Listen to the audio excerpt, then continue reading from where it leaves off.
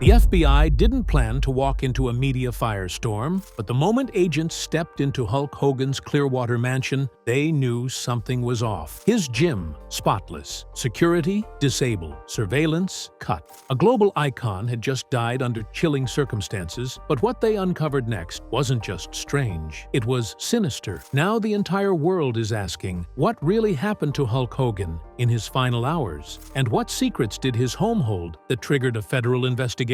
What they found inside wasn't just evidence. It was a warning, and it may change everything we thought we knew about the man behind Hulkamania. It began with silence. On the morning of July 24, 2025, Nick Hogan hadn't heard a word from his father. That alone wasn't cause for panic. Hulk Hogan enjoyed quiet mornings, often spent training in his private home gym or meditating with the guidance of his wife, Sky Daly. But something about this day felt off. Sky wasn't home. She was out on a short retreat, and Nick's texts had gone unanswered. Calls rang through, but nobody picked up. That's when he decided to drive over. What he found inside that Clearwater mansion would change everything. The massive double doors creaked open without resistance. No sign of forced entry, no blaring alarms. The house, usually filled with the hum of security systems, flickers of motion sensors, and the subtle whir of surveillance, was deathly quiet. Nick walked deeper inside, calling for his dad. No answer. Then he reached the gym,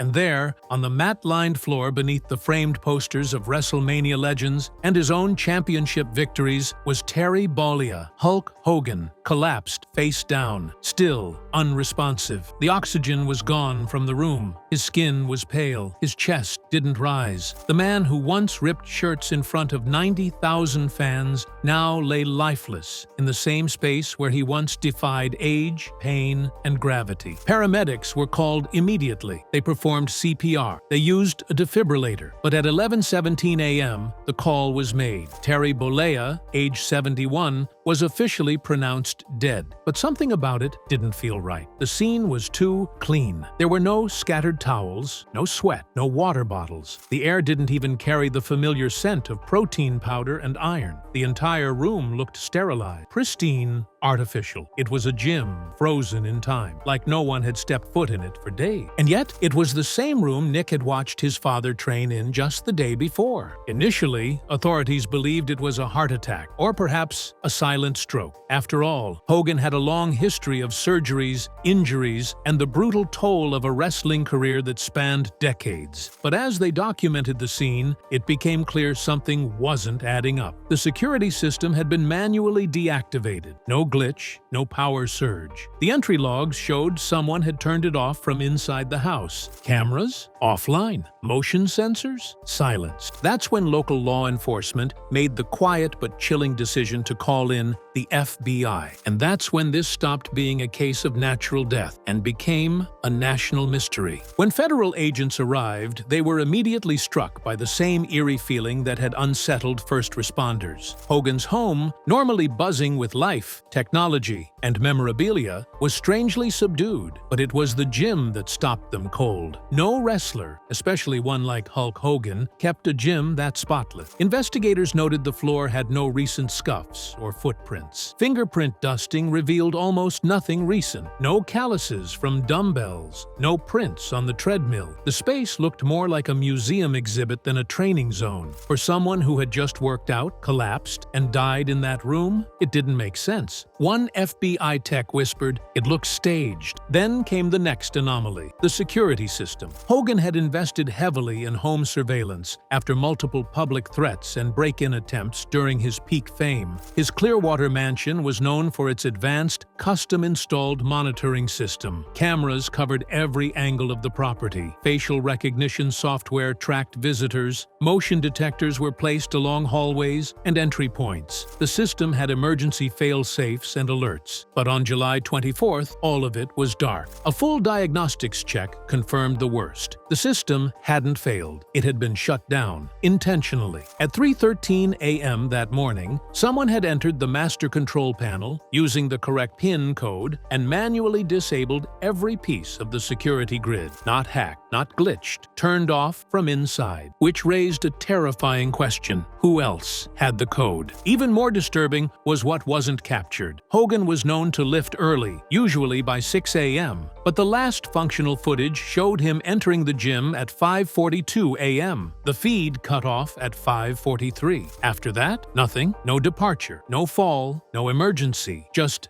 digital blackness. Agents searched the cloud backups, external servers. There were no glitches, no lost uploads. The system had been turned off before anything could be recorded. Whoever was responsible didn't just know how to navigate Hogan's house. They knew exactly what time to act and how to erase their tracks. Neighbors reported seeing nothing. No vehicles, no unusual noise, no alarms. It was as if whatever happened had happened in total silence. By midday, agents began isolating the mansion as a controlled scene. Digital forensics experts were flown in. Every device was seized. Phones, tablets, even Hogan's smart fridge. Agents collected dust samples, floor swabs, and tiny hair fragments. This wasn't just precaution. This was a potential crime scene. But the final clue that broke the case wide open didn't come from technology. It came from a trembling voice, from the one person who had seen Hogan last, Nick, and it started with a phone call. The timeline was crucial. Hogan was last seen alive by Nick Hogan around 5 p.m. on July 23rd. They had dinner together, grilled chicken, steamed vegetables, nothing out of the ordinary. Hogan talked about an upcoming charity event. He laughed. He shared a story from the road. Then, as Nick was getting ready to leave, Hogan's phone rang.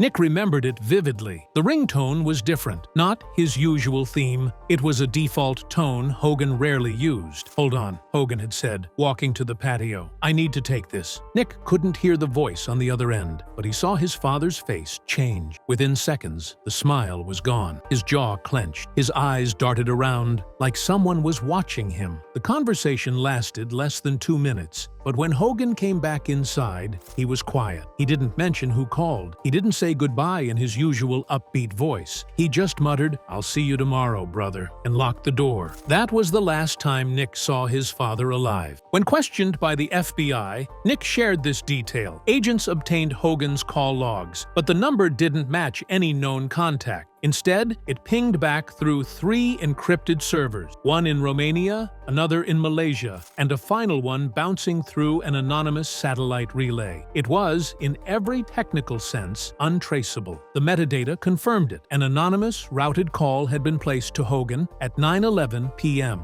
No caller ID, no return line. It came from a network used only by professionals, hackers, operatives, people who don't want to be found. The call was now considered a major clue in what the FBI began labeling a high-priority, anomalous death case. Some agents speculated it was a threat. Others whispered that it might have been blackmail, or something even worse, a warning. But the timing couldn't be ignored. Less than 10 hours later, Hulk Hogan was dead, and every digital trace of that morning had vanished. The house was clean, the cameras were off, and the only remaining clue was a silent call from nowhere. As FBI agents moved through Hogan's mansion with precision, they began mapping out every square foot. The house was massive, built for a legend. Trophy rooms, memorabilia walls, custom gym, soundproof media areas. Everything spoke to a life lived loud. But tucked behind one mirror in the gym, something wasn't quite right. A small hinge, a hairline gap in the frame. Investigators pressed gently, and with a soft creak, the glass wall gave way, revealing a narrow, hidden compartment. No one knew it existed. Not Nick, not Sky, not even the estate staff. Inside was a recessed storage nook, dimly lit and only accessible from that exact point. On the dusty shelf sat an old cigar box, a leather-bound journal, and a silver USB flash drive sealed in a plastic zip bag. Next to it, burnt fragments of documents, notebooks that had been partially torched. Someone had tried to erase something, but left the job half done. The FBI bagged everything. The journal, weathered and cracked, was filled with slanted, handwritten entries. Some were dated, others not. Several pages had long rants about trust, betrayal, and paranoia. One chilling passage simply read, "The people I helped are now the ones circling me." Another entry, dated 2 weeks before his death, included the sentence, "They said I still owe something, but I gave them everything." Then came the flash drive, encrypted heavily. The tech team at Quantico began forensic decryption immediately, but even preliminary scans revealed that the drive wasn't ordinary. It contained deep file structures labeled only with initials, dates, and vague references. Some folders were locked under multiple layers of security. Others appeared intentionally mislabeled, classic misdirection for sensitive data. But why would Hulk Hogan, a wrestling icon, need to keep encrypted files in a secret room? Rumors began to swirl. Was it financial blackmail? Did he know something from the entertainment industry no one else was supposed to? Was he hiding details tied to past lawsuits? Or worse, people? The burnt pages offered few clues. Some of the text was salvageable. One note mentioned an agreement made in 1999. Another listed a series of dates between 2010 and 2013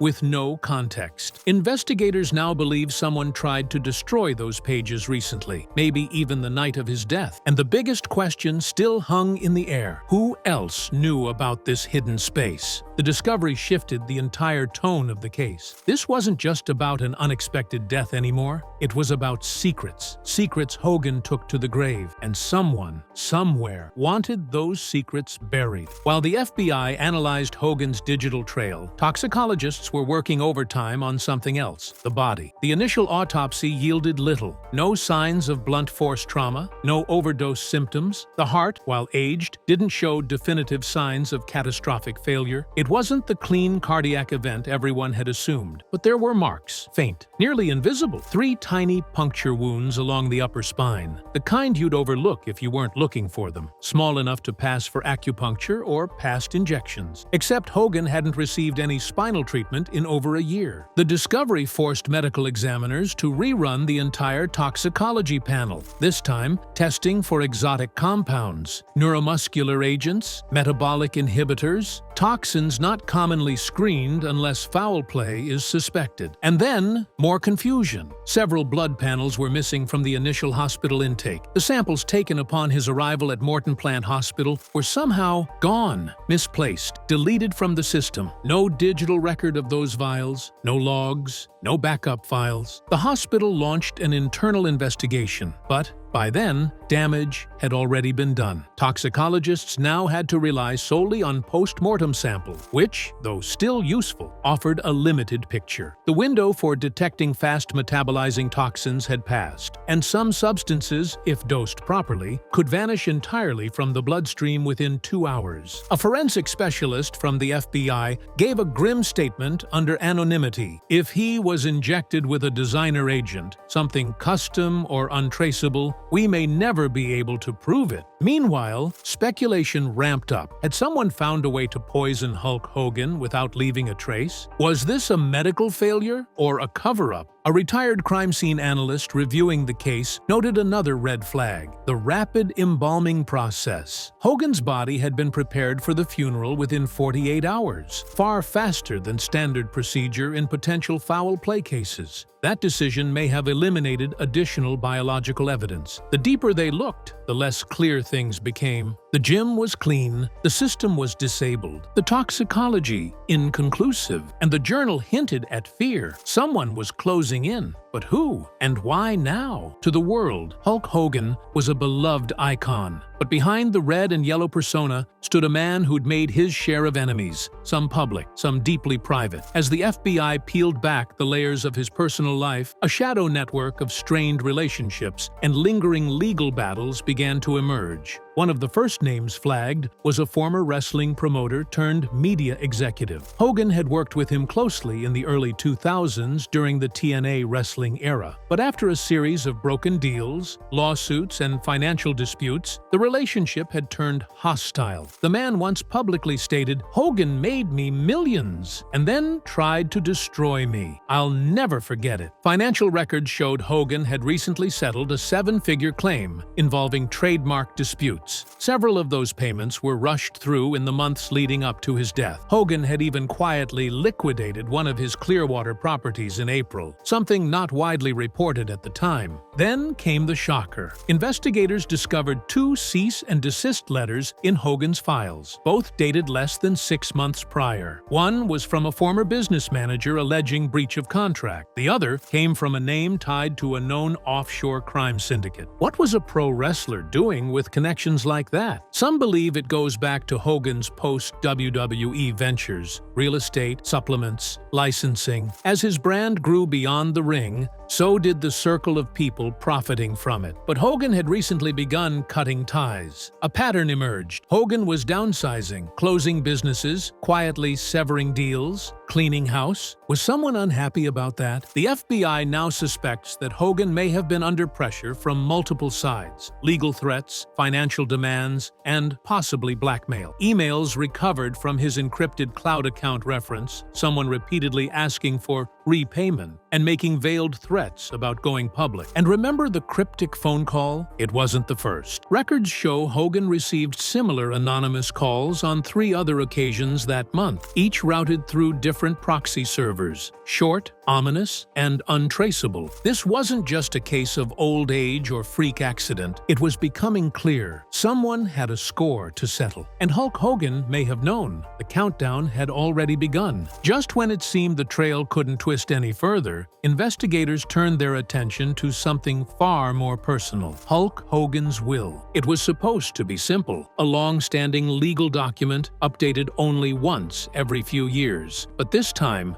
when the family lawyers submitted the most recent version to authorities for probate, something wasn't right. Pages were missing, not unsigned, not in draft form, gone, like they had never existed. The version Hogan had submitted in 2023 was supposed to have at least 27 pages. The copy now in the lawyer's possession contained only 22, 5 pages, believed to contain detailed inheritance allocations, private directives, and specific language about legal protections, were simply absent. The missing pages weren't just blank placeholders. They were the very parts where beneficiaries were named or removed. Crucial information, gone without a trace. Some paragraphs ended mid-sentence, suggesting they had been surgically removed. And yet, there was no sign of tampering on the physical file. The family was shocked. Sky Daily, Hogan's widow, swore she never saw Hogan make any changes. Nick Hogan was adamant. His father told him only weeks earlier that everything was already in writing, and there would be no surprises. But now, surprises were all they had. Worse yet, the notary who had last assisted with the document refused to speak to the press. According to sources, she was contacted by Hogan in June and met with him privately for revisions. No video footage existed of this meeting, no security footage. Her logbook, which records entries of all signatures, had a gap on that exact date. Forensic experts now believe someone may have swapped the finalized copy with a revised one after Hogan's death. And if so, why? Who stood to benefit from erasing part of Hogan's last legal instructions? A leaked portion of the original will reportedly name several former associates, people Hogan had worked with during his reality TV days and business ventures in the late 2000s. One of those names had since fallen out of favor and was rumored to have threatened legal action if not included in the estate distribution. There's a theory that Hogan was attempting to quietly disinherit someone, and that person found out before the paperwork was legally finalized. In Hollywood and in wrestling alike, fortunes spark feuds, and when the legacy of an icon is on the line, those feuds don't always stay verbal. Sometimes they end in silence, and sometimes that silence sounds like a gym with no cameras, no sweat, and no signs of a struggle. From the moment the FBI opened Hulk Hogan's leather-bound journal, they knew they weren't just reading memories. They were reading fear. Buried between motivational quotes and nostalgic stories were increasingly erratic entries, pages that hinted at a man who felt he was being watched, followed, and perhaps hunted. One entry, dated June 28, read, "Every time I close a deal, they show up. The calls, the messages, the faces. I'm done owing anyone anything. They won't ruin me again." Another, written only 3 days before his death, was shorter, more chilling. "Sky is leaving tomorrow. I'll be alone. If something happens, look inside. Was he referring to the secret room, the encrypted files, or something else entirely? There were scribbles, names that didn't match any known associates, phrases like, "The list is shrinking," and "I never signed it," no matter what they say. Some entries were paranoid, even delusional, but others were precise, time-stamped, and reactive to real-world events. What scared the agents the most was how often Hogan referred to the repayment. "I paid in blood, sweat, and silence. Now they want more. They say, I still owe, but I don't." In another passage, he mentioned a deal brokered in 1999 that he never wanted to revisit. That same year, Hogan underwent a career shift from